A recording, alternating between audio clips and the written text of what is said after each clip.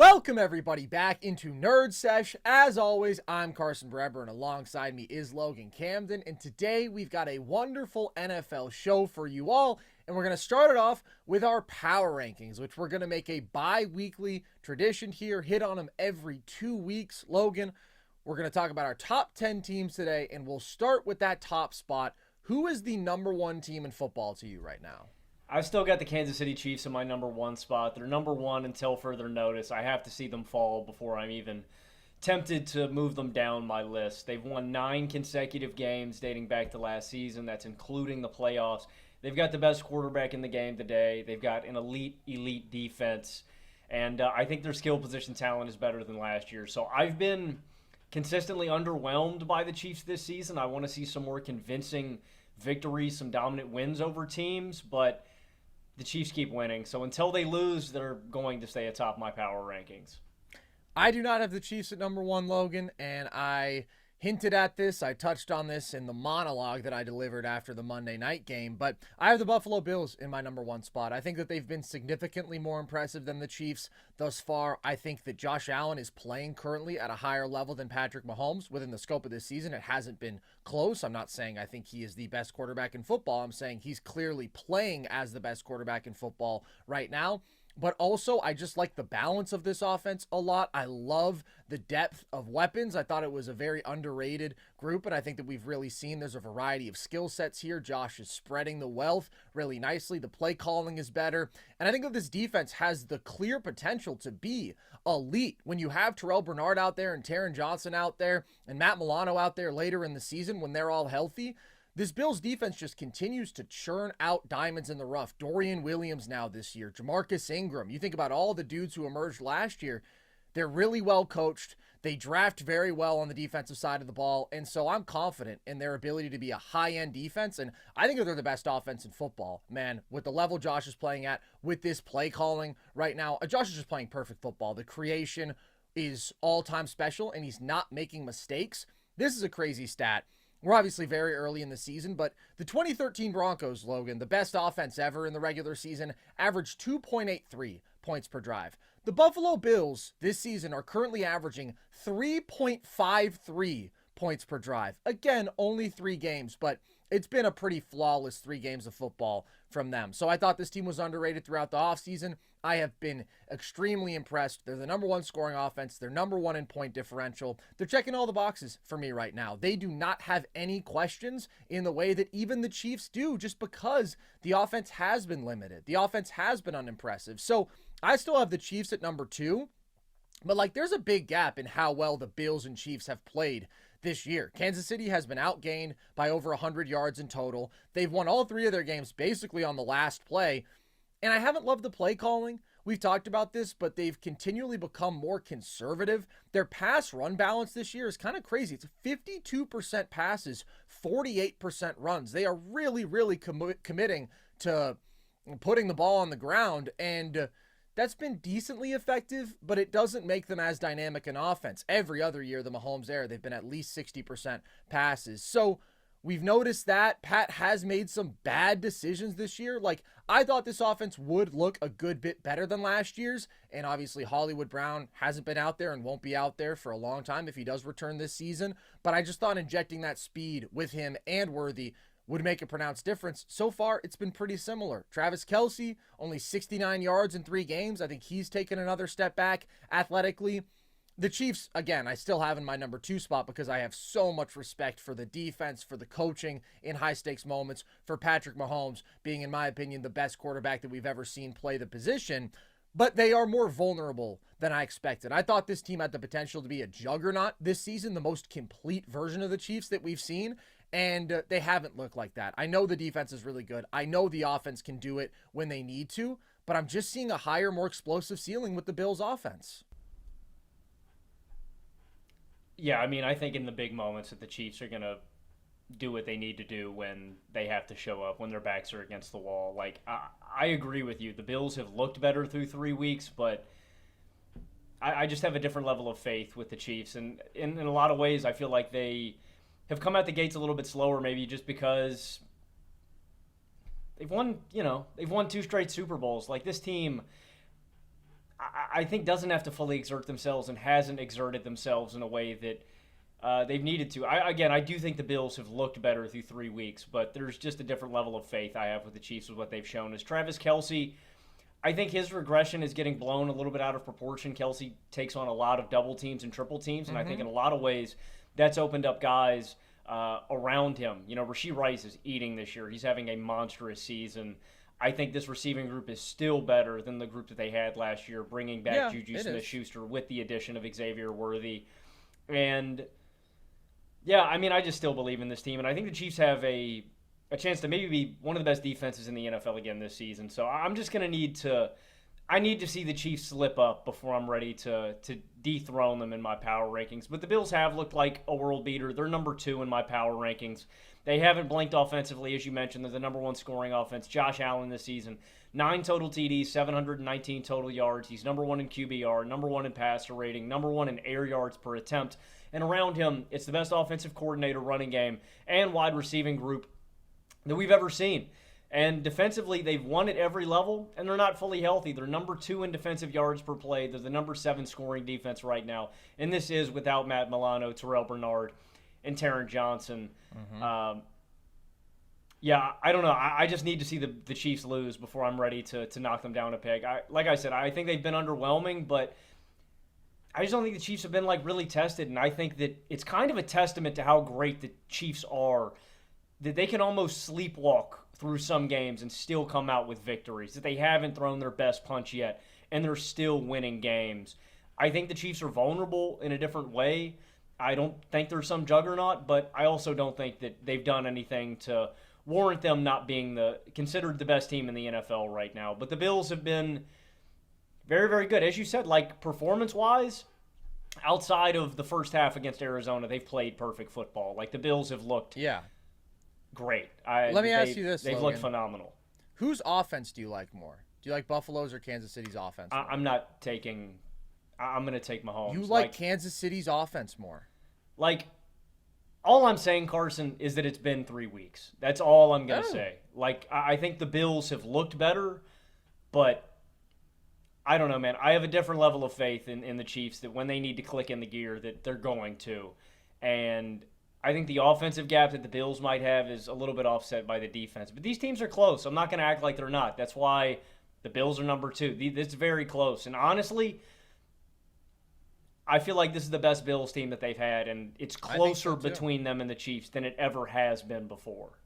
I think that this is the best Bills team, especially when they're at full strength. So the reason that I asked the offense question is I think that we saw the Chiefs' formula last year, right, was to just excel defensively and do enough offensively. And the Bills have put together a lot of great regular season defenses, and then they haven't performed as well in the playoffs. So I get it if you prefer the Chiefs because you believe in the defense a good bit more. I am optimistic about this Bills defense. I think it's the most complete. I think it's a younger, more athletic group at full strength. But I understand that. I just think the Bills' offense is flat out better. I like everything that they're doing more than what we're seeing from Kansas City right now. And even last year, it wasn't like the Chiefs' offense ever started exploding, right? They were just doing enough. They were getting you 24 points in a game where they needed it, and the defense was excelling. So it's an interesting conversation. I don't want to overreact. Again, I still have the Chiefs as a top 2 team, but I have been significantly more impressed by the Bills. The Chiefs had an underwhelming season last year. In the regular season, they still won the Super Bowl. We know that they're capable of it, but the Bills look special right now. Okay. Here's where I think it gets really interesting, Logan. Who's in your 3 spot? I've got the Detroit Lions at 3. I still think they're the strongest trench team in the NFL, and they finally got back to their dominant ground attack. That's the recipe for Detroit. Run the hell out of the ball with David Montgomery, with Jahmyr Gibbs. Hold on to the football. Win defensively. And I've really liked what I've seen from this defense. They look like they've taken a legitimate step up from last year. Aiden Hutchinson is a bona fide superstar right now. He is definitely in the Defensive Player of the Year conversation. Last year, he led the NFL in pressures with 62. Right now, he leads the NFL in pressures with 18. The guy's a monster. That defensive line has gotten even better. Again, they return Aleem McNeil. He's dealing with a bit of a shoulder injury right now, but it shouldn't sideline him for too long. They add in DJ Reader. I think the linebackers have gotten even better. That's Alex Anzalone and Jack Campbell. And I think the secondary is a lot better. I think Brian Branch is breaking out this season. That dude's an absolute stud. I've liked what I've seen out of Terry and Arnold through these first 3 weeks. And they also added Carlton Davis. I just think the defense is leagues better than they were last year. I think you've seen the young guys improved, and the new additions that they've made have really made a big difference. They go from the number 23 scoring defense last year, and again, this is through 3 weeks. You need to view it through that lens. None of these numbers are concrete right now. But last year, they were the number 23 scoring defense. They're number 9 right now. They were the number 29 red zone defense last year. They're number 15 right now. And they're the number 3 third down defense. That's the biggest difference to me with Detroit, is they're actually getting teams off the field this year. In a lot of ways, I feel like the Detroit Lions just can't defeat themselves. And what I mean by that is Jared Goff can't give the ball away with these untimely, ugly, bad turnovers. And Dan Campbell can't take unnecessary gambles. Like, I feel like the Lions have to beat themselves in a lot of games. And the way to counteract that is to limit Jared Goff's involvement in the offense. I think Goff is a really good quarterback, but he is still prone to making mistakes. And, you know, you got to limit Dan Campbell putting his nuts on the table. It works a lot, man, but I feel like he can get a little too aggressive. Like that fake punt that they ran from their own territory, like it works. I loved it. And he's a freak, and he's the only coach in NFL history that I can imagine doing something like that. And again, it worked, but it's like if that doesn't work, you're subject to a lot of criticism. So I think the Lions have to beat themselves in a lot of games to lose. And again, to me, this team is the strongest trench team in football. That's a recipe I like against a lot of NFL teams. I think that it's a great formula, and I have the Lions at number 4 because of that. I do think it's so replicable. Their run game's been dominant. We've seen the emergence of Jameson Williams, who's been their leading receiver on the year so far. The run defense has been elite. They're allowing 3.6 yards per rush attempt. I just think, as you say, that defensive front is great, and the question was the back end of this defense. The secondary, I think their safety play with Brian Branch and Kirby Joseph has been quite good. I do think that corner is a bit more of a question, but the secondary overall looks at least a bit improved, so I do think it should be a better defense than last year. They're very well coached. The question is just Jared Goff. That's the biggest question to me because he's done some dumb stuff this year, and I think he's an above-average starter, but we know that he is capable of just those yikes moments, and he's not somebody who you want to have to carry your offense. 4 picks already this year, basically threw a pick 6 to the Cardinals that was just taken back. So that does concern me just a tiny little bit, and the extent to which they've improved defensively I still think remains to be seen, but I'm very confident in Detroit overall. My number 3, Logan, I think will be controversial, but just to explain how I view power rankings, it's very simple. It's just how good do I think you are? Your performance this year obviously shapes my opinion, but like just because one team has beaten another doesn't mean that Team A leaps Team B in my power rankings. So I have the Niners here. Even though they're 1-2, I'm just really not very worried about them if they're healthy. And health is the biggest thing for them right now. Javon Hargrave is out for the year. That's a meaningful loss. But there's a number of guys who are injured right now who should be back this season. CMC has the Achilles injury. He went across the pond to Germany to see a specialist. We'll continue to monitor that situation, but he should be back this season. Dre Greenlaw will be back eventually, although probably late in the season. Brock Purdy even has a little back injury right now. I think he's going to play, though. And Kittle and Debo both missed this past week. I think that they'll be back sooner rather than later. So that's what I think we have to keep in mind when we look at their record, when we look at the fact that they barely lost last week. And although that was a game that they absolutely should have won, it's not a game that sends me into panic mode because they're down 3 of their 4 best offensive weapons. And I thought that Purdy was phenomenal in that game. I thought it was one of the best performances of his career. I think overall he's probably looked better this year than last year. It's been a small sample size, but he's played quite well. They'll get Ayuk going. I'm not concerned about that. They'll get Ricky Pearsall out there, who will be yet another weapon. You see the continued emergence of Jawan Jennings. Like, they are just so absurdly talented offensively. They're so well coached. I have such confidence in them being an elite offense. and the defense hasn't been as good as I would have hoped. They've been 21st in yards allowed per drive, 25th in points allowed per drive. That obviously has to be significantly better. But when I look at what was a top 3, top 5 defense last year, they're still so immensely talented on that side of the ball as well. They check so many boxes. Hargrave is a meaningful loss, but I still think it's a high-end defense and an elite offense at full strength. So they're the most talented team in the NFC. Even some injuries, a couple losses early in the season, that doesn't change that to me. Yeah, I've got the Niners in my 5 spot. I still think they should be on this list. I'll get to that in a second. In my 4 spot, I've got the Baltimore Ravens. I just trust them. It's really similar to San Francisco, an ugly loss to the Raiders. And again, like you said, it's how good do I think these teams are. I think this season helps form that opinion, but it's not the be-all, end-all. I trust Lamar Jackson. He's one of the best offensive engines in football. I trust John Harbaugh, and I trust this defense. They're number 1 in defensive rushing yards per attempt. They're allowing 2.8 yards per carry right now.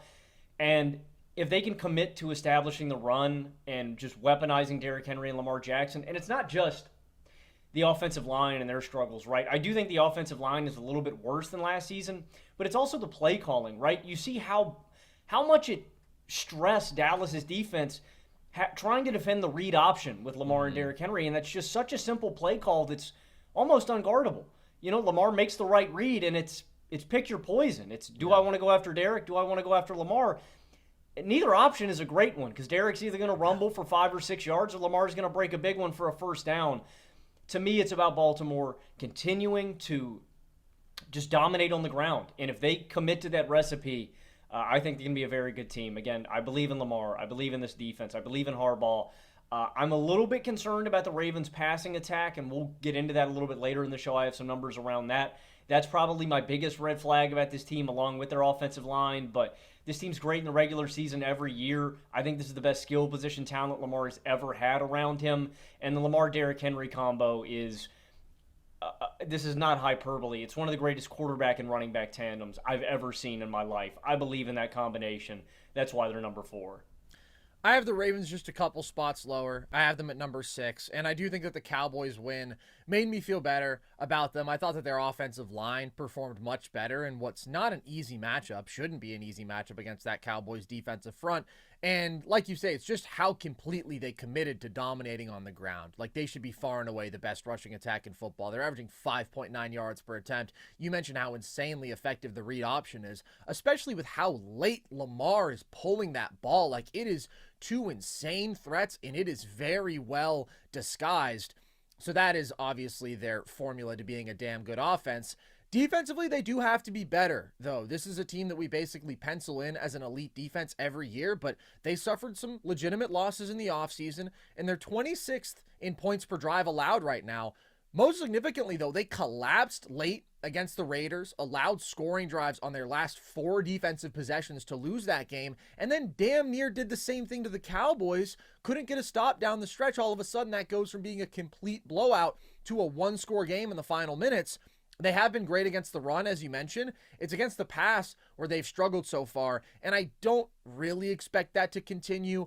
I just think we have to monitor that. I do need to see the defense improve a bit, and I want to see that line continue to hold up. I think the Ravens are a very good football team, but for me to put them in that elite tier, I need to know that they are going to be able to consistently protect and get push up front, and that they're going to be a really high-level defense. Otherwise, I think it's just a bit too much of a burden on Lamar. But either way, I mean, they're going to be a 10-plus win team. They're going to be in the playoffs. It's been a tough schedule for them so far, and the next couple weeks, well, I guess they got the Bengals after the Bills, which maybe isn't as tough as you would have thought. But still, not easy games. AFC North schedule. It's going to be a grind for them, but I am confident in them.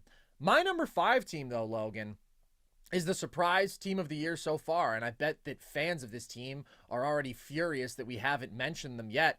I have the Vikings in my 5 spot, Logan. I think that this team is incredibly impressive, and that starts on the defensive end, because I think Brian Flores is doing a phenomenal job here. I think that they've added some great talents, Jonathan Grenard and bringing in Van Ginkel.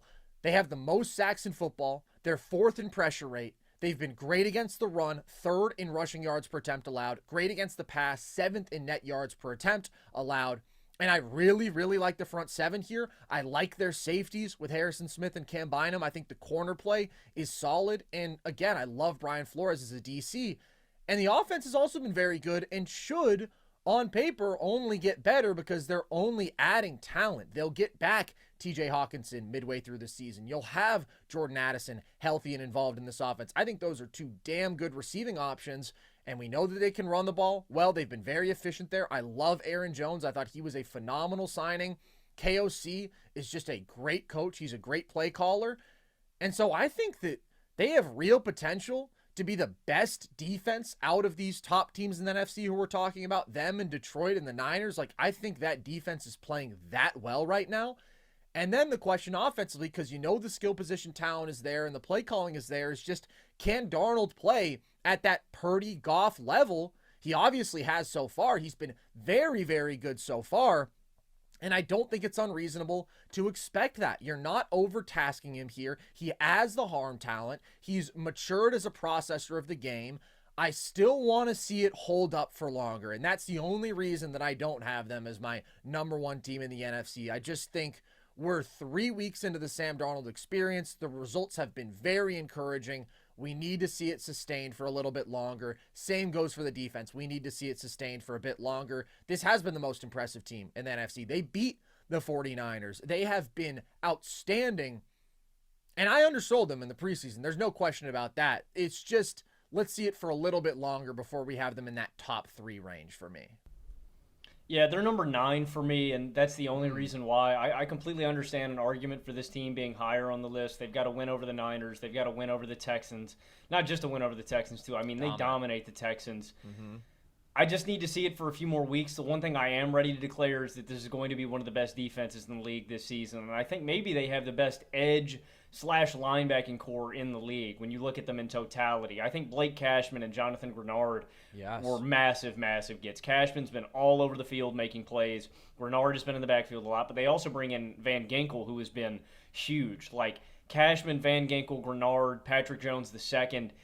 It's a really, really good linebacking group there, and they're all really young. Like, if these guys can stay together too, I mean, this could be sustained for a long time. I think they've got, I don't think they have top-end talent in their secondary, but I think they've got a lot of depth where there's no guys that I look at where you can pick apart, right? Like, their third corner is Stephon Gilmore. That's massive. And they're led out by the mad scientist, Brian Flores. I sung his praises all the time he was in Pittsburgh. I tried to tell people, this guy gets defense. He's a genius. He should have been a head coach in this league. So I think the fact that you have 2 head coach caliber guys on your coaching staff in Kevin O'Connell, in Brian Flores, it just ups both of your groups. And honestly, if Flores stays as a defensive coordinator, I'd love to see him get another head coaching job. Maybe that's where he's best suited, is just making your defense one of the best in the league. There's no shame in doing that, and it allows him to just focus on that side of the ball where he is super successful. The Vikings have the most blitzes of any teams this season, and he's just such a genius with how he disguises the looks, how he brings timely pressure. You read off some of these numbers. They're the number 2 scoring defense right now. They're number 1 in total pressures. They're number 4 in pressure rate, and they're 3rd in defensive rushing yards per attempt.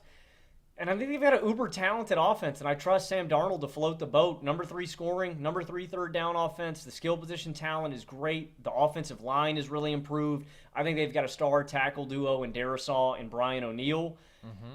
And Darnold's really good this year. Like you said, I just need to see it for a few more weeks. There's other teams that I think are as talented but have lesser question marks at other position groups. So in 2 weeks' time, if the Vikings are 5-0, if they're 4-1 even, they certainly have a chance to move up my list. But they're in my top 10. They're number 9. I just need to see it for a few more weeks before I'm ready to bump them up. Real quick, in my 5 spot, and I'll turn it to you over for 6, I do have the Niners.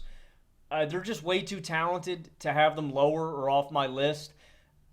They've shown us dominant football for 3 straight years, and that's what I want to emphasize. They're 42-21 over their last 3 seasons. That's including playoffs. I'm not ready to wipe that away because of a few bad weeks to start the season. They should have beaten the Rams, and they're not healthy. As you mentioned, they're skill guys dealing with injuries. And I'm not worried about the offense. I'm worried about the defense. Minnesota marched on them all day long. Hargrave is out for the season. And there are some alarming numbers about this Niners defense to start the season. They're allowing the tied third most yards per play. They're allowing the tied third most passing yards per attempt.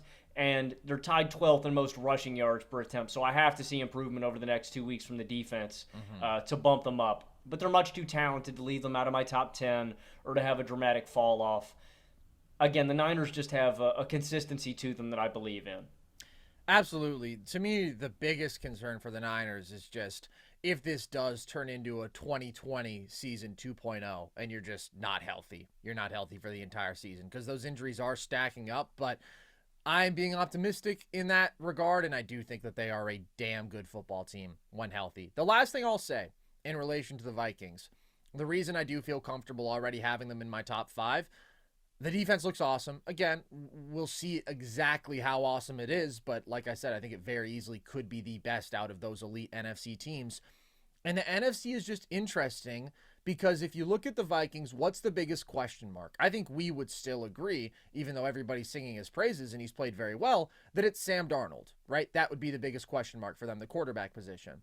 But when you look at the other elite teams in the NFC, it's the same exact thing. The Lions, it's Goff. The Niners, I think Purdy. We can talk about the defense needing to improve, but Purdy is fundamentally a question mark there. The Eagles, Jalen Hurts with some of his decision-making and turnovers and processing over the last year and a half. So that's just where it's different. I don't look at the NFC picture and think, okay, Sam Darnold has to outduel Josh Allen or Patrick Mahomes or Lamar Jackson.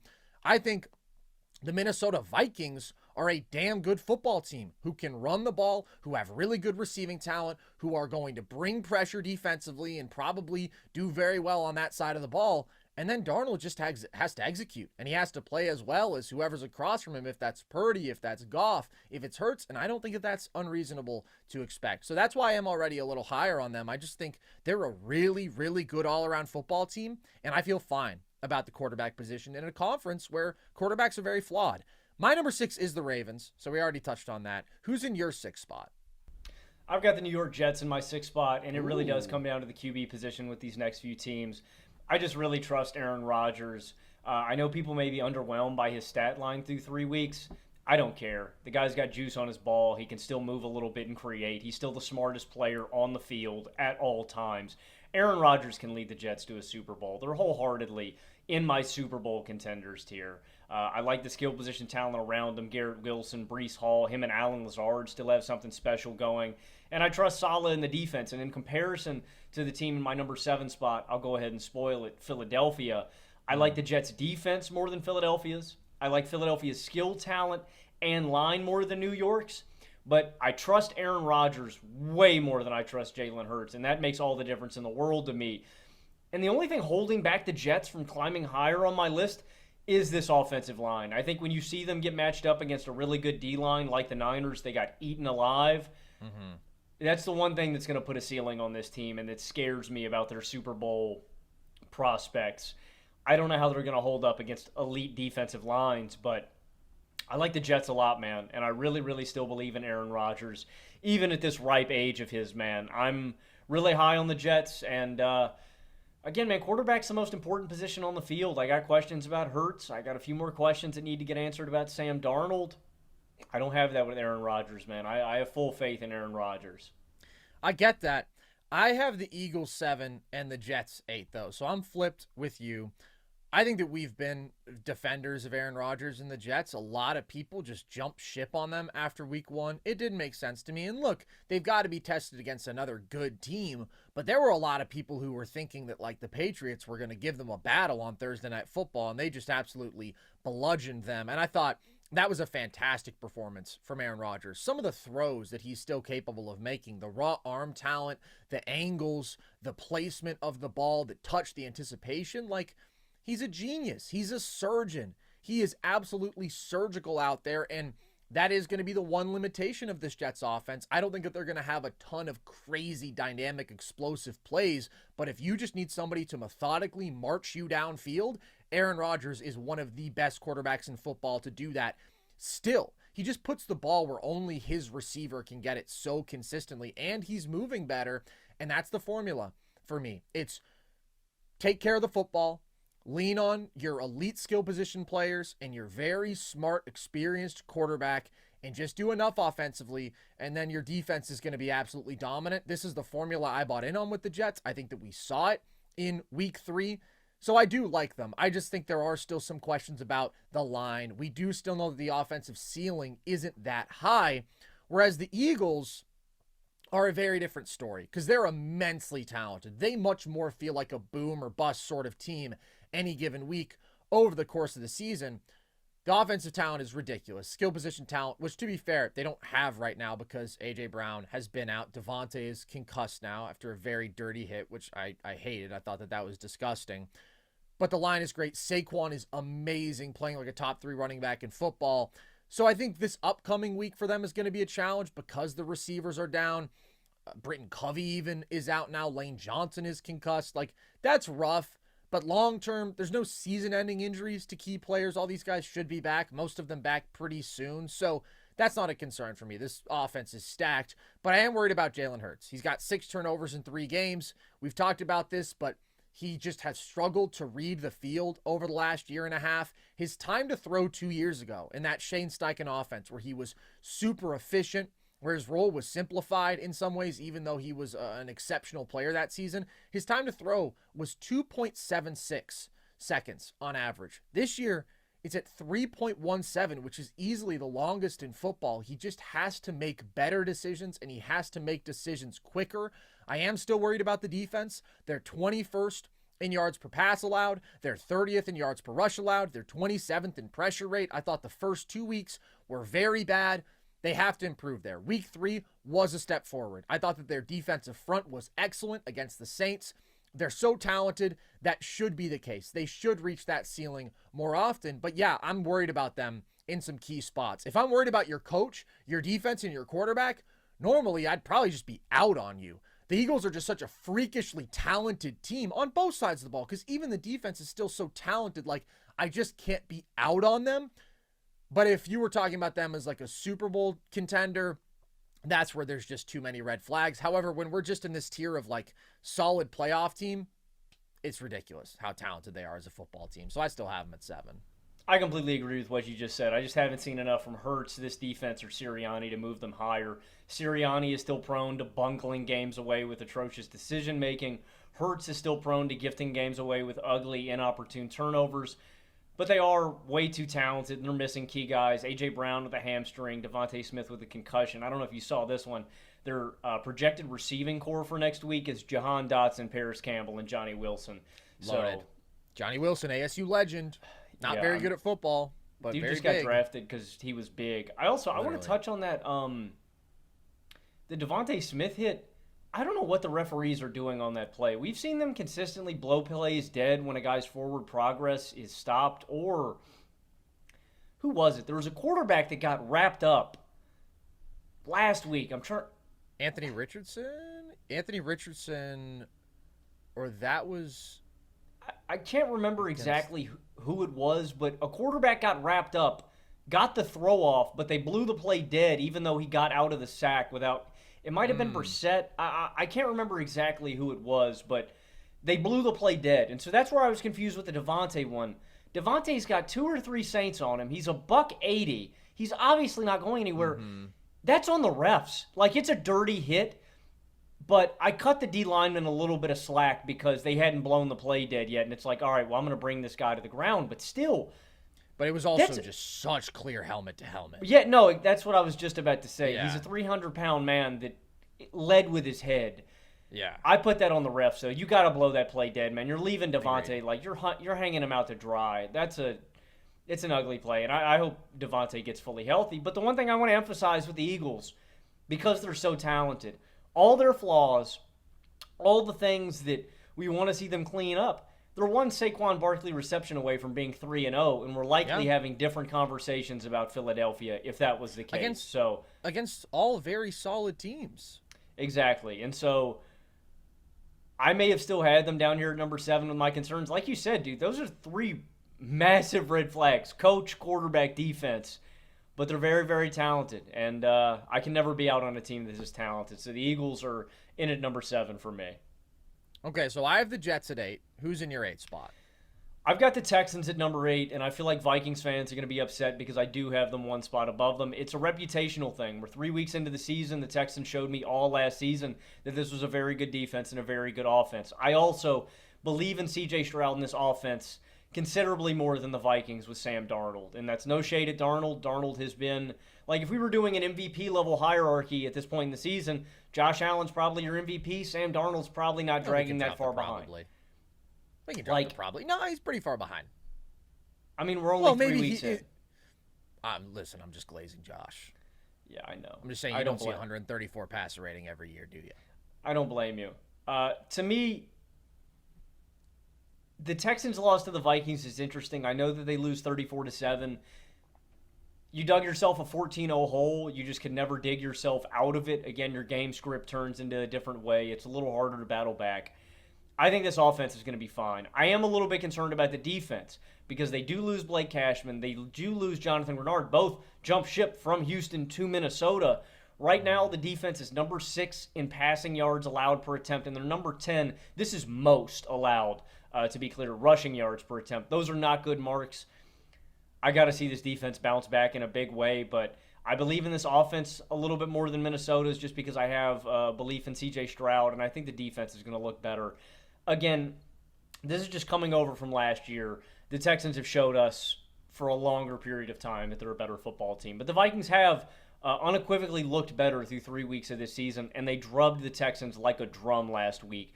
They also convincingly beat the Niners, but it's a reputation thing at this point. If the Vikings give me another really stout 2 weeks of good football, they will most certainly move up on this list. I just need to see it for a little bit longer. I have the Texans down at 10.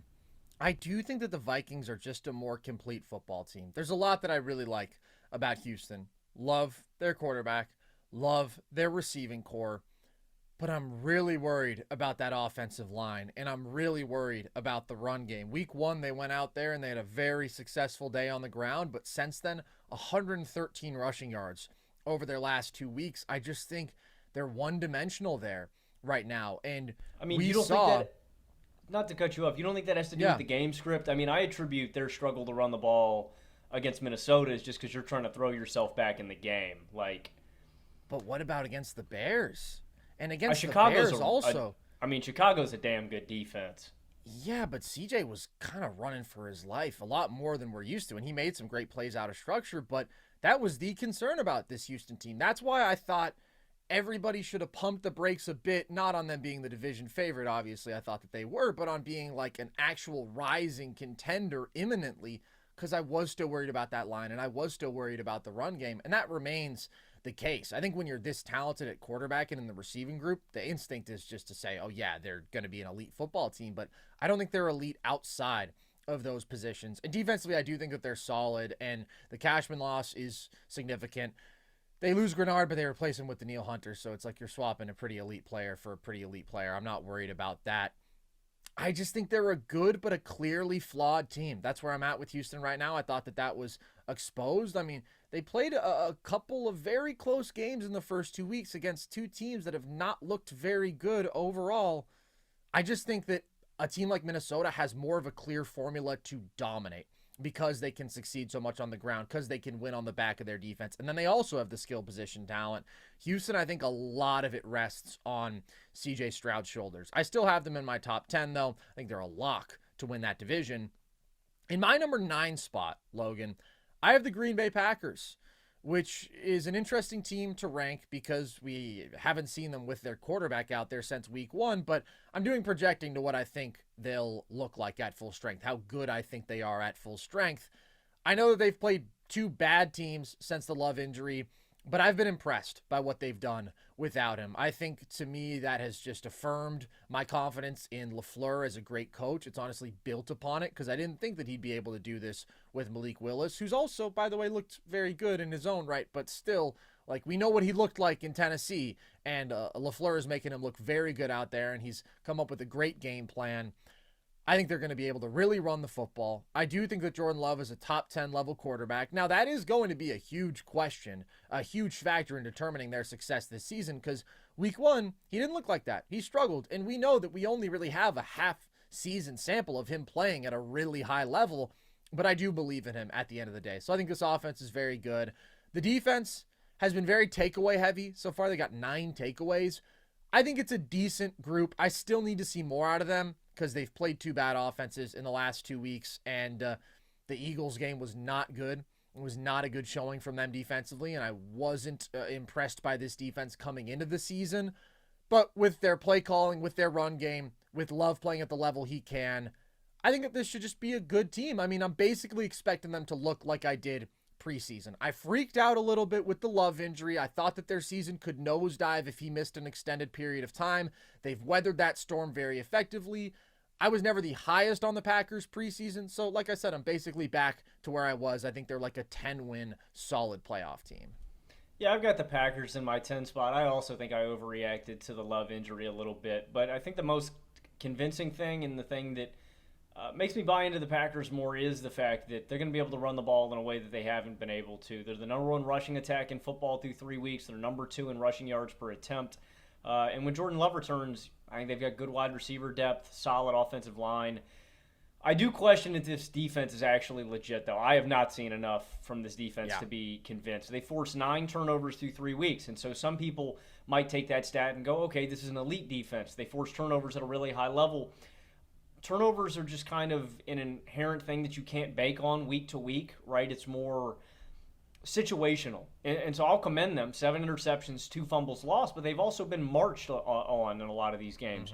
They're 20th in yards per play allowed. They're league average in passing yards per attempt allowed, and they're 24th in rushing yards per attempt allowed. So I don't know if this defense is actually good or they're just good at forcing turnovers situationally. But yeah, Jordan Love, Josh Jacobs, I think this offense is good enough to where it balances out. Like you said, I think this is a very, very good football team. They're probably out of my Super Bowl contender tier, but I think they'll be a solid playoff team.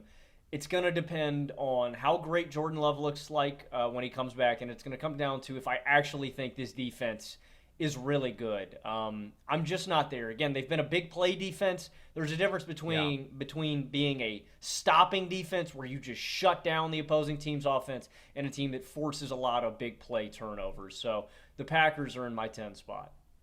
No, I'm with you. I'm not sold on the defense whatsoever. I'm just impressed with the offense. And can the defense be fine?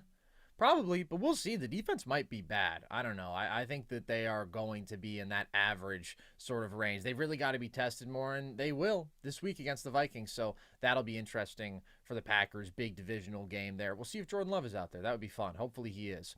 I'm just going to address the elephant in the room. The Dallas Cowboys are no longer in my top 10. I don't think that they can be. I think that the offense is still very good. I need to see way more from the defense. They've been a disastrous run defense. That's what it comes down to. I have 1 and 2 teams on my list, but they're 1 and 2 teams that have looked significantly better than the Cowboys, that don't have a red flag that is screaming in your face like that. So we'll see. I think that they have the talent absolutely to get back in there. I think that they should still be a playoff team, and I think that that defense should look better, but it's just been atrocious, and I'm not going to be defending them at this moment in time. All right, there you have it, folks. Our power rankings. TD Tutty taking it to the house, in for 6. Whatever you call a touchdown, one thing's for sure. Touchdowns matter more at DraftKings Sportsbook, an official sports betting partner of the NFL. On the ground, in the air, from the special teams or the defense, we don't care how they score them. We want to bet on touchdowns, and DraftKings Sportsbook is delivering. Ready to place your first bet? Try betting on something simple, like picking a player to score a touchdown or how many TDs will be in a game. Go to the DraftKings Sportsbook app and make your pick. Ready to do a touchdown dance of your own? New DraftKings customers bet $5 to get $200 in bonus bets instantly. Score big with DraftKings Sportsbook, the #1 place to bet touchdowns. Download the DraftKings Sportsbook app and use code NERDS. That's code NERDS for new customers to get $200 in bonus bets when you bet just $5. Only on DraftKings. The crown is yours. Let's move on now to talk about a couple teams who didn't come up, Logan, because there's a couple 3-0 teams who neither of us mentioned in our power rankings. You have the Seahawks and you have your Pittsburgh Steelers. Which 3-0 team are you least sold on, Logan? The Seattle Seahawks. And before I get into this, I do think I underrated the Seahawks coming into this season. I think they're going to be better than I expected. And to be fair, the Steelers and the Seahawks are both three of the first teams off of my power rankings. If I had to pick, it would go Steelers are my first team off, Chargers are my second team off, and then the Seahawks are my third team off. And the only reason I want to tell people to pump the brakes on Seattle is I just don't think they have a win versus a real football team this year. They beat the Broncos week 1, 26-20. They beat the Patriots week 2, 23-20. They had to go to overtime to do that, and they drubbed the Dolphins 24-3. That's obviously without Tua Tagovailoa. The defense is going to be better this year. That is something that is abundantly clear with Mike McDonald at the helm now, but again, I want to pump the brakes on some of these numbers because the numbers are ridiculous. The numbers will tell you that the Seahawks are going to be the best defense in the league this year. I'm going to tell you right now that's not the case. They're number 1 in defensive yards per play. They're number 1 in defensive yards per drive. They're number 4 in defensive points per drive. And they're number 1 in opposing quarterbacks' passing yards per attempt. The quarterbacks they have played, Bo Nix, Jacoby Brissett, Skylar Thompson, Tim Boyle. A who's who of quarterbacks in the NFL today. Row. Goodness. I mean, a bunch of franchise guys right there. And again, it's really hard because I think the Seahawks and the Steelers are both very good football teams. Like, I think they should make a playoff push, both of these teams. And the Seahawks have an explosive offense. That's what made this tough. I trust the Steelers defense a bit more than I trust the Seahawks defense, but I trust the Seahawks offense a bit more than I trust the Steelers offense to explode. Geno Smith is going to make plays. Like, again, I know he has 2 picks in this most recent game, but there's so much skill position talent here. Kenneth Walker and Zach Charbonnet are both monsters. The receiving core is one of the best in the league with DK Metcalf, with Tyler Lockett, with Jackson Smith and Jigba. I just don't trust this offensive line, and that's the difference to me. Geno is under a lot of pressure every single game, and I'm really disappointed that Seattle has not addressed this offensive line more than they have in the past 3 years. Like, this has been a bad offensive line in pass pro. Because I think when Kenneth Walker's out there, they get decent push and they can run the ball a little bit. But they cannot protect for Geno at all. He is consistently getting flushed out of the pocket, being forced to make plays, being forced to make throws under pressure. So it was really tough for me to decide between Seattle and Pittsburgh. But I'm just going to say Seattle just because I don't trust their offensive line as much. And I trust Pittsburgh's defense a considerable amount more than I do Seattle's. Mm-hmm. That's very fair. I was very close between these two teams.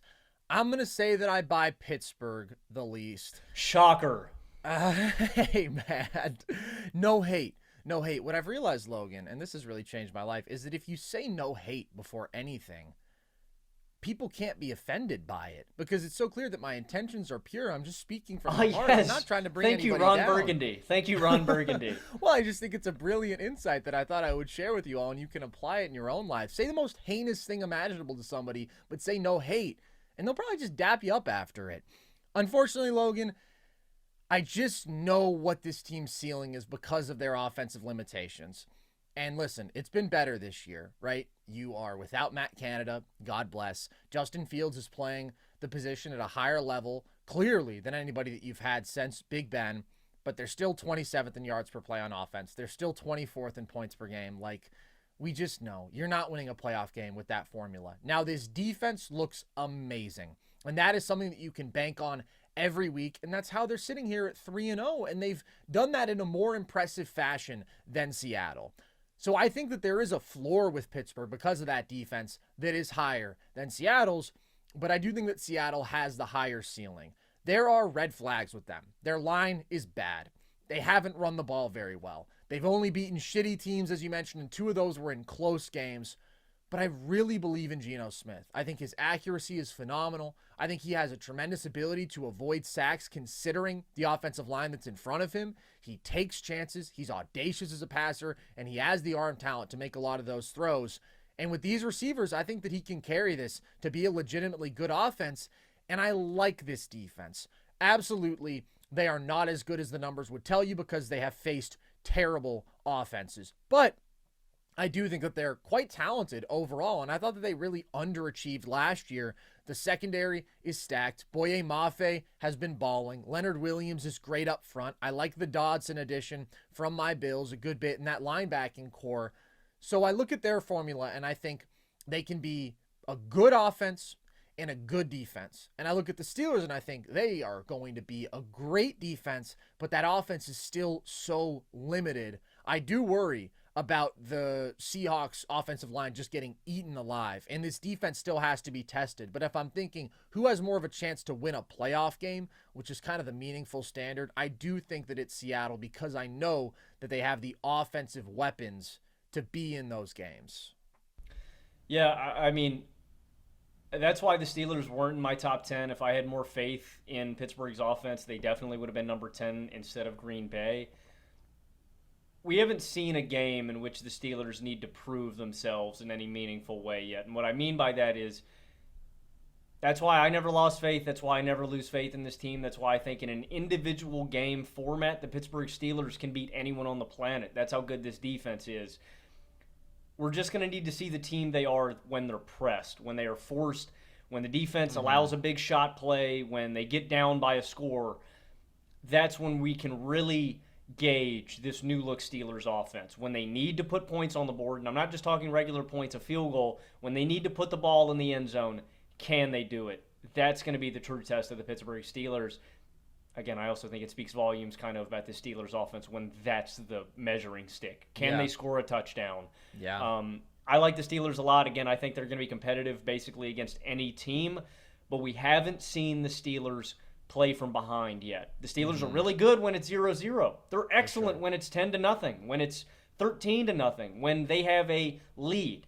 Can the Steelers play from behind? That's always the question every year. That's always the question with Mike Tomlin and the Steelers offense. Can they play from behind?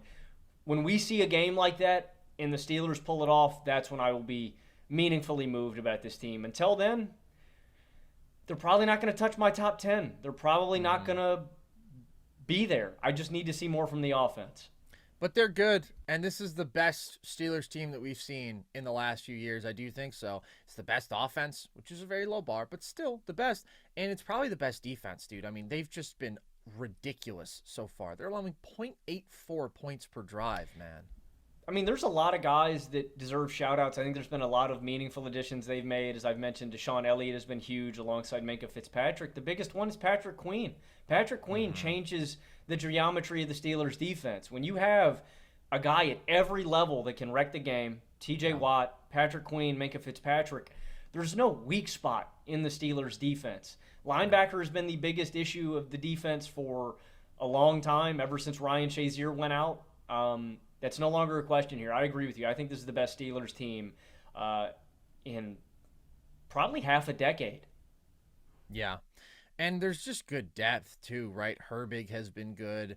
Another stud in the secondary who was obviously great last year. But just if you think about new additions in the last couple of years, Peasy Jr., like, it's a phenomenal defense. So, like, the Steelers aren't going to crash and burn, man. They're going to win 9 games. You know that for sure. The Seahawks maybe could.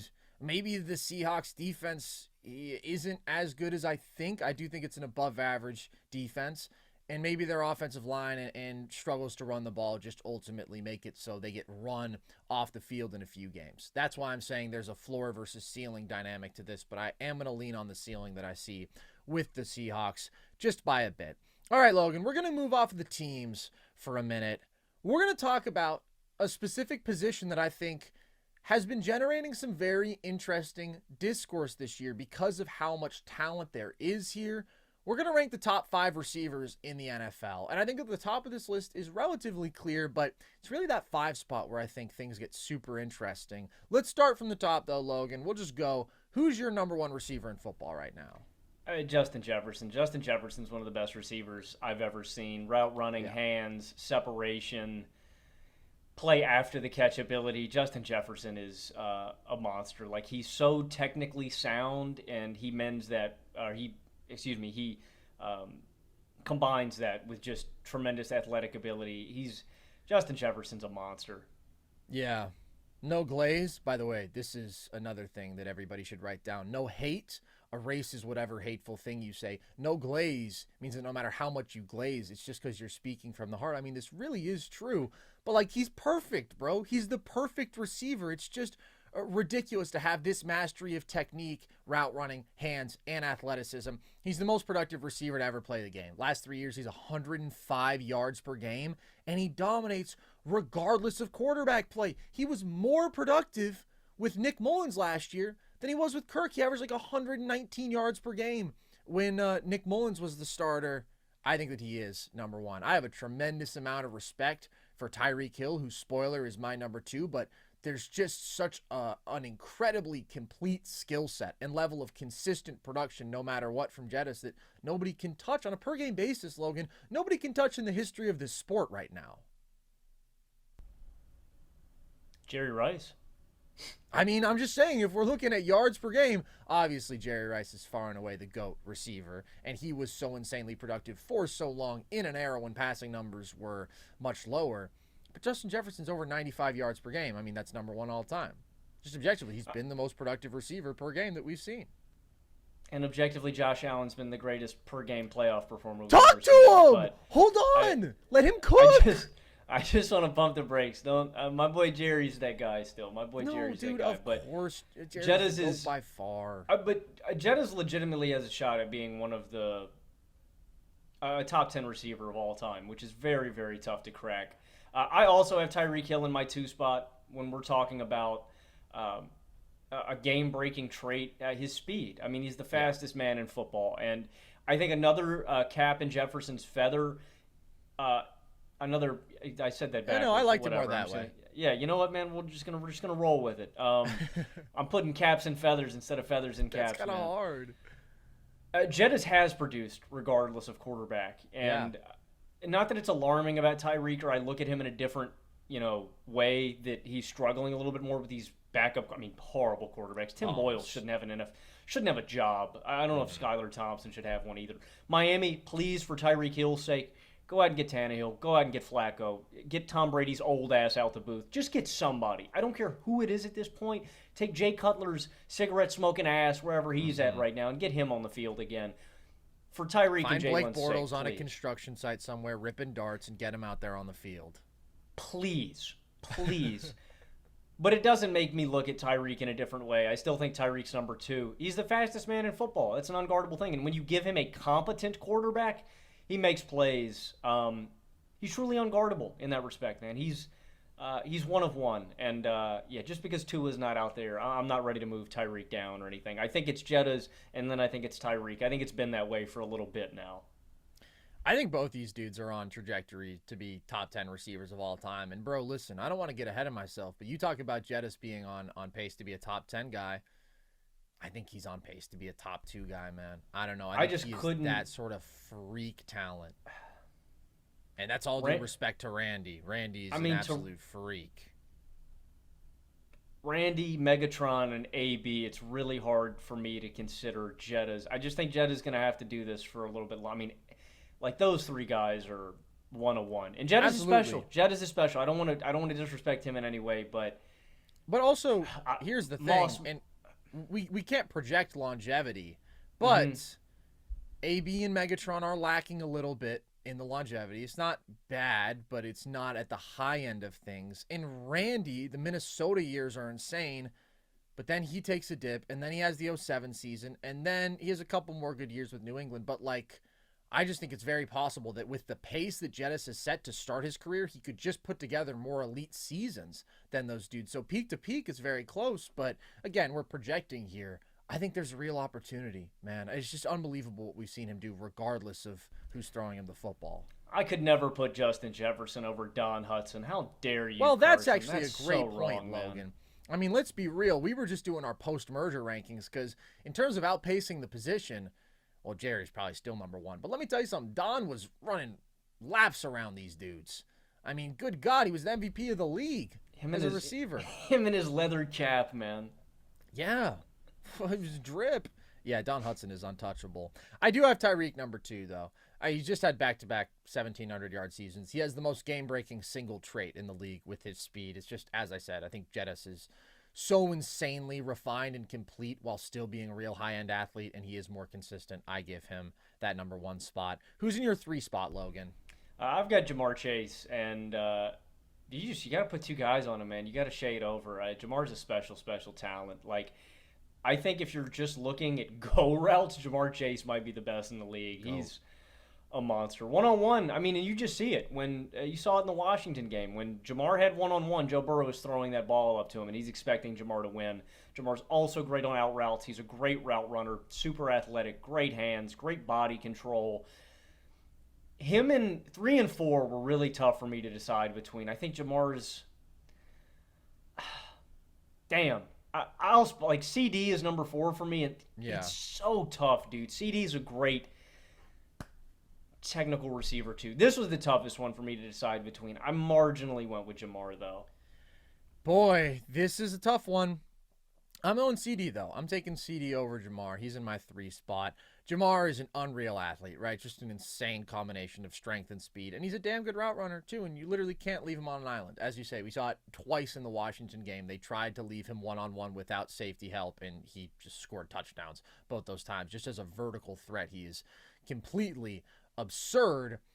But I do think that CD is a little bit more complete as a receiver. CD is just exceptional. I mean, he's a yak monster on the short list of best receivers after the catch in football. He's shifty. I think he's way quicker functionally than his 40 time would tell you. And he's an insane route runner. I think that he's got to be towards the absolute top of the list. I mean, you have Jettis above him, and then you have Diggs. You have Devontae still up there. But he's very, very high on that list. And he's big still. And the production last year was just unfathomable. 1,750 yards, 12 touchdowns. You're not going wrong with either of these guys, but I just think CeeDee's ability to carry an offense, like just the target share, the number of positive plays that he can generate for your offense, it's pretty overwhelming. Jamar, we've seen become more of a possession guy, but in a lot of ways, his best year was his rookie year when he was just able to hit on the most explosive plays. Like, I just don't think as a down-to-down receiver, he is quite as reliably elite as CD. I understand that, and I think you make a good distinction that CD can, dude, and it's every route, slants, outs, curls. CD can do it all. I will commend Jamar, though. I mean, Jamar was productive last year, too, with Jake Browning at the helm, too. So you know what? Yeah. But again, I think the real debate comes in at number 5. Are we going to do honorable mentions, too, after this? Because there's a couple guys because I have hella honorable mentions, yeah. A.J. Brown's my 5th guy, and the reason I go with A.J. is I just think that you've seen the Eagles' offense and how limited they are without him. Like, his loss has been so meaningful these last 2 weeks. He's just a go-to guy. He's so strong one-on-one. You know, I talk about Jamar winning one-on-ones. A.J.'s so physical. I expect him to come down with the ball every time. He's a one-on-one monster, and, you know, I don't think he's as technically sound as some of these other guys, but he's got great hands. He's still great after the catch. But I think this Eagles offense has meaningfully regressed without A.J. Brown on the field. And that's my biggest thing is, like, not saying that you could take any of these other guys that we're talking about, but, for example, one of my honorable mentions, right, the Rams, Cooper Kupp is out, and Matt Stafford is still finding ways to produce. And, I don't want to take anything away from those guys, but the Eagles offense has taken a step back with A.J., and it speaks volumes about his ability, man. He is a one-on-one monster. He's super strong, super physical. I think he's earned it at this point, man. He's been productive with whoever you pair him with, man. He's productive with Tannehill. He's productive with Hurts. And speaking of offenses that have regressed, the Titans, I mean, nosedived after A.J. Brown left town. He's a monster. And the Eagles have, I think, 2 number 1 receivers, man. Devontae's a beast, too. He's a little bit of a step down from A.J., but he's still very good. But I think A.J.'s earned this 5th spot. Well, I thought that maybe we would have some disagreement here because there are so many candidates, but I have AJ here as well. I mean, he's just an absolute freak athlete, home run hitter, and an underrated route runner, I think. No, he's not as polished as the dudes who we're talking about above him, but for how insanely physical and athletic and explosive he is a good route runner. The production is just insane. I mean, he had the streak of 125-plus yard games last year. Last 2 years, he's hit 1,450-plus both seasons, and he just has the game-breaking athleticism that I'm looking for, that I think separates him from the other guys here. That trait and the consistency with which he's played at this elite level. But let's get into the honorable mentions, Logan. Is there a clear guy who stands out for you as the toughest cut, or who's in that next pack who you strongly considered? Two guys. Devontae Adams is a really tough cut. I think he's almost got an underrated, man. It's like people just don't talk about Devontae anymore because he's in Vegas. Like, um, His the production, body, regardless of quarterback play, is nuts. it is. And his route running ability, his body control, that catch he had in I think it was week 1 from Minshew was ridiculous. Week 2, I think. It might have been week 2 when he keeps his body in bounds. Insane, man. His hands are elite. His body control. I just think all the other guys are in the prime of their career athletically, and Devontae just isn't. And that's the marginal difference. Devontae's still a number 1 receiver, still one of the best in the league today, but it's that slight athletic regression. The same thing I think goes for Cooper Kupp and the fact that the Rams offense has still been able to be a kind of explosive. Kupp's a monster, and he's very close. Carson, the second toughest guy for me already. You tell me if I'm tripping. Oh, I think I'm going to love what you're about to say. I think I'm going to eat it right up. Malik Neighbors was 7. I love it. I seriously considered him for 5. Malik Neighbors is going to be a top 3 receiver in the league one day. I don't know if it's going to be this season. I don't know if it's next season. It's imminent. Malik Neighbors is coming for one of those top spots. And there's other guys that I like a considerable amount. I want to give an honorable mention to George Pickens. He's never had good QB play. Amon-Ra St. Brown, Nico Collins, Garrett Wilson, DK Metcalf. The cutoff point for me is like the Cooper Kupp line. But like what Neighbors can do athletically after the catch, route run. He's the total freaking package. I think Neighbors is going to be a top 3 wideout one day. He might be the best in the league. It's hard for me to envision him being better than Justin Jefferson, but he's got all the ability to be there, man. The LSU wideouts are an insane bunch, and Neighbors is already there to me.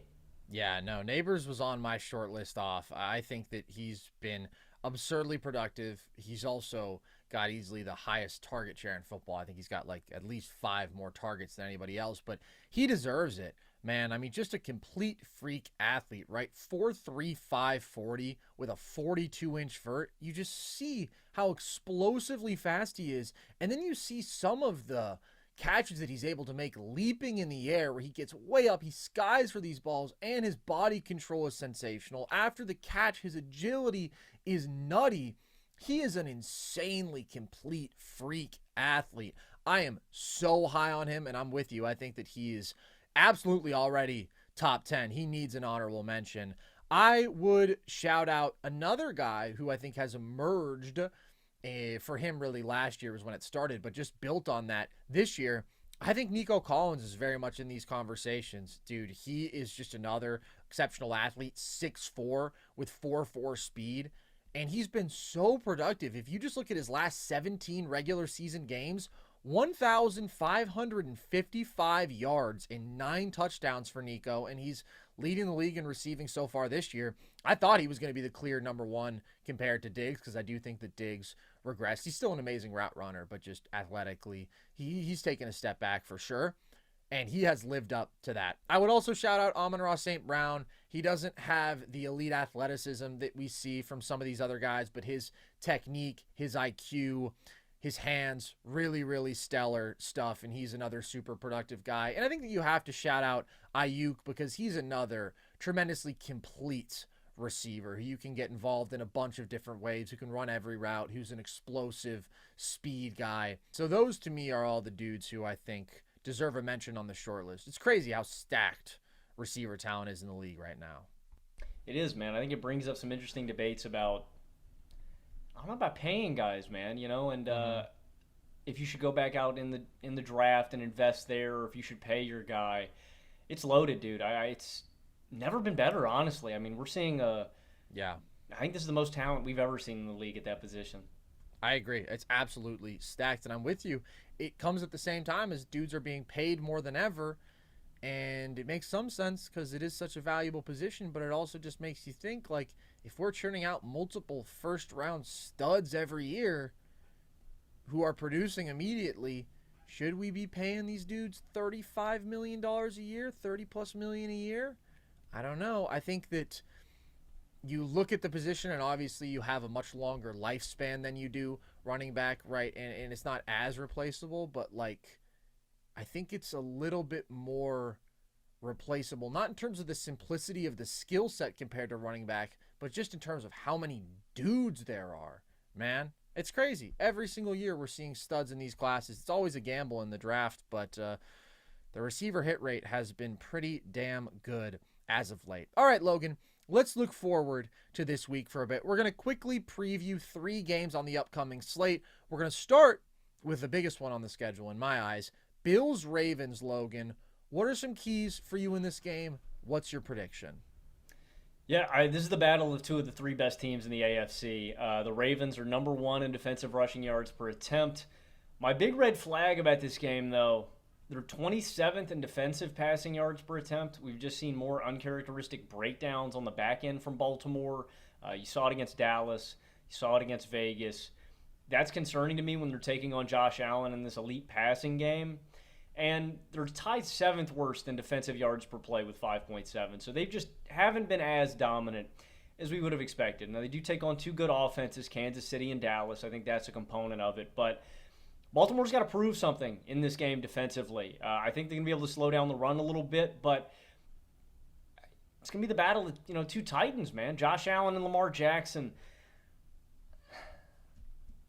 I'm going to take the Ravens to win this game because they need this win more because of the hole they've dug themselves. I think it's going to be a battle. And I hate that being my justification that the Ravens are just going to want it more. They want it more. It's going to be a tight game. I think the Ravens win 27-24. But it's a battle, man. Like, I think this is going to give us a clearer look at the hierarchy in the AFC behind Kansas City and who is more of a real deal contender. But if the Bills can hem up Henry and Lamar Jackson, again, that's easier said than done. That's the key for Buffalo, is just slowing them down as much as possible. Force Lamar to throw the ball more. And the best way to do that is to get a lead early, go up 7-0, force the Ravens to play from behind, force Lamar to make throws. That's the key to beating Baltimore. But the Ravens have a big hole that they've dug themselves, and I think they're going to even it up and get to 2-2 after this one. But this is going to be it's probably the game of the week. Yeah. Agree to disagree, Logan. I'm going to take the Bills to win this one. I do think that they're the better football team, and definitely the biggest challenge for them is going to be limiting this Baltimore rushing attack that is obviously extraordinarily dynamic and dominant. I think the objective has to be specifically to limit Lamar on the ground and to keep him in the pocket as much as you can. Again, easier said than done, but I really think that Buffalo can cover Baltimore's weapons, and I think that they can cover for long enough that, again, if they can contain Lamar in the pocket, they can get home a decent amount with that pass rush, just rushing forward, because it's a really, really good defensive front in my eyes. And I think that their coverage is just great. I mean, even without Taron Johnson out there, dude, Benford is excellent. Rasul Douglas is excellent. Like, they've been great against the pass this year. And then offensively, I just think that they're more balanced. And I think it's the best offense in football. So the challenge for them offensively is going to be, how well can you run the ball against a Baltimore defense that's been so good against the run? But I think that the Bills will hold up fine there, because I do think that they're good in the trenches, and James Cook is an exceptional running back, and I think ultimately they're going to have another very successful day through the air. I just don't think there's any way to stop this Bills offense when they're doing such a great job of drawing up underneath stuff, of finding dudes in the flats, of getting these screens, right, of weaponizing all the attention and respect that Josh Allen demands to just get easy, hyper-efficient stuff for his teammates. I'm taking the Bills. I like their offense more. I think that they can cover Baltimore's weapons. I think it's a close game. I'll go 28-21 Buffalo. All right.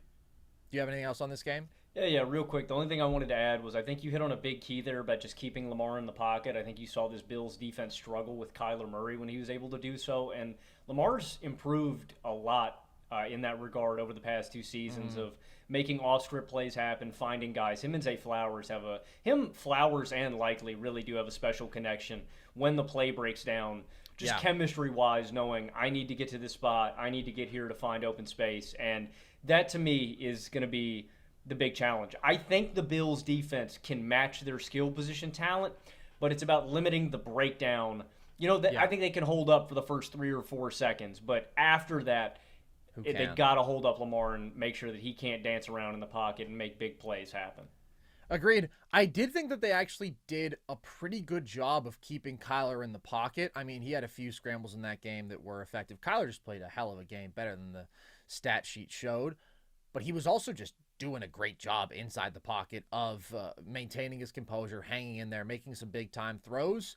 And listen, when he's doing that, okay, what can you do? I just think you have to put that same pressure on Lamar to try to beat you as much as possible from within the pocket. And I think the Bills can do well enough there. And then offensively, I mean, they're just rolling right now. They've been dominant. Let's look at a divisional rivalry game here, Logan, in a division that's been very interesting. NFC South, we've got the Saints and the Falcons going at it. Who do you like in this game, Logan? I'm going to take the Falcons to win this one. I think it's going to be a close game. My thing is, the Saints have been really reliant on establishing the run and then killing teams with shot plays. And I think the Falcons are really well equipped to slow down the shot plays with Justin Simmons and Jesse Bates on the back end. I mean, I really think that they've got one of the best, if not the best, safety tandem in football. It befuddled me, Carson, throughout the offseason and into the start of this regular season that Justin Simmons couldn't get a contract. Like, he's been one of the best safeties in football and defensive playmakers in the league for some time now, and that's the difference to me in this game. Like, the Saints have been good at, having methodical drives and moving the ball, but most of their touchdowns have come on big shot plays. And so I think that if Atlanta can cut that out, you limit this offense in a way that, some teams haven't been able to. And I like their front. I think they're okay there. I don't love it. I really wish that they had taken a defensive player instead of Penix, knowing that they signed Kirk Cousins. But I think that I really like the way the Falcons' offense has looked over the past couple of weeks. I think they are going to steadily improve with Kirk. Again, I said this on our last show, not to be a broken record, but I think a lot of people really overreacted to Kirk Cousins in Week 1 versus the Steelers when that's a really tough matchup. Kirk looks good. He's got a lot of playmakers here. Drake London, Kyle Pitts, Darnell Mooney, Bijan. So I think the Falcons are a little bit more talented offensively.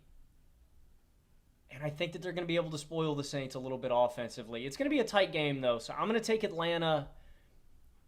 I'll say Atlanta wins this one 26-21. Interesting. I think it'll be a little more low scoring.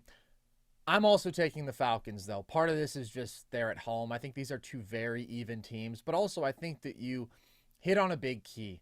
I think that with the level of play that you're getting from Atlanta safeties, I think that they can contain those shot plays for New Orleans that have been so huge, and I think that you put the game a little bit more on Carr's shoulders to be great play to play then, because I think this run defense will hold up fine. I mean, that's the biggest objective for New Orleans, right? It's just run the ball down their throat. That's when they've been most effective.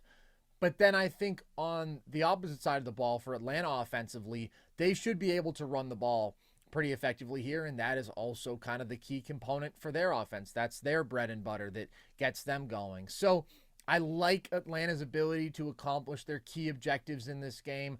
I think for the Saints, you got to try to get after Kirk, because we've seen, his ability to move around even within the pocket isn't what it used to be. And I thought that he had multiple throws that were affected by pressure in the Kansas City game. So that would be a big key for New Orleans. But I'm going to lean the Falcons here. I'll go 23-20. I think every game that Atlanta's played so far has kind of been in that grinded out sort of realm. And I would expect it to be down there again. All right, Logan. One last game. We got the Monday night game that we'll talk about here. Seahawks-Lions. What are you expecting in this one? I'm going to take the Lions to win this one 31-20. This is going to be the prove-it game for me with Seattle. If they can keep this game close, or if they can steal this one from Detroit, Seahawks might make my top 10. Like, that's a win against a legitimate opponent. And it's going to prove that they can win against a team that really counteracts their deficiencies at a high level. The two key areas I'm looking for, because I think Detroit is the strongest trench team in football. Can they protect Geno and buy him enough time against a dominant defensive line with McNeil, with DJ Reader, with Aiden Hutchinson? That's the biggest question. The second biggest question is on the opposite side of the football, and I talked about this in our preseason content, why I was so skeptical about Seattle, is they were one of the worst teams in the NFL against the run last year. And they've looked better with Mike McDonald, and I expect them to look better. But this is an elite rushing attack that Detroit has with Montgomery and Gibbs, and they have, in my opinion, the best offensive line in the NFL today. And so they're going to have to slow down the rushing attack for Detroit, which I think is a really tall task. And then they're going to have to slow down Detroit's pass rush. Again, man, trenches win you football games consistently, and Detroit's one of the strongest trench teams in football. That's why I'm expecting such a dominant win here for Detroit. That's why I'm taking them 31-20. I just think, not that we're going to see Seattle exposed, or I think that Seattle is going to prove that they're a bad football team, but I just think the Lions really match up well against Seattle in this football game. And I'm going to be really frustrated if Detroit puts the ball in Jared Goff's hands a lot, because I think this is a game where you just absolutely, pound the ball between the tackles. Like how you saw against the Rams late in that game where they just gave the ball to Montgomery every time. That's the kind of game plan I want to see from Detroit. So I think Detroit wins this one convincingly by 2 scores. And again, I think Seattle's a good football team. I just think Detroit matches up against Seattle's weaknesses really well. Completely agreed, man. I'm going to take it a step further. I had this one at 31-13. I just think it's going to be a complete blowout in the trenches. Seattle was one of the worst run defenses in football last year. They were 31st in yards allowed, 27th in yards per attempt allowed. Haven't seen significant improvement there. And again, they have been facing not so great competition there. Really, the only good run game that they faced was the Pats, and the Pats were able to run the football on them quite successfully. So that's my concern on the defensive side of the ball for the Seahawks. And then I think that Lions defensive front is going to eat their O-line alive. So it really just comes down to that. I think in the trenches on both sides, Detroit is going to dominate. And I think that's really difficult for Seattle to overcome. All right, there you have it, folks. We covered a lot. Power rankings, best receivers, 3-0 teams that we maybe aren't buying as much, and a little look towards what's coming this week. If you want more of our content, the good news is there's plenty of it. You can find all of our full shows, including our reactions to the Sunday games and the Monday night games from this past week, on our YouTube channel. You can also find all of our NBA content on our YouTube channel, and we will have another division preview for the upcoming season this Friday. You can listen to the podcast across all audio platforms. You can follow us across social, TikTok, Instagram at NerdSesh, Twitter at Nerd_Sesh to see clips from the show, graphics from the show, and our short form trivia content.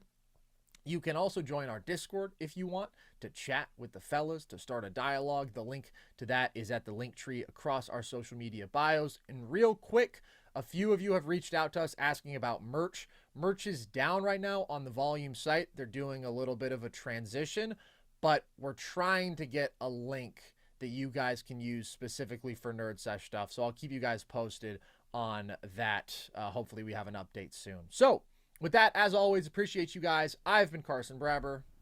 I've been Logan Camden. And this was Nerd Sesh.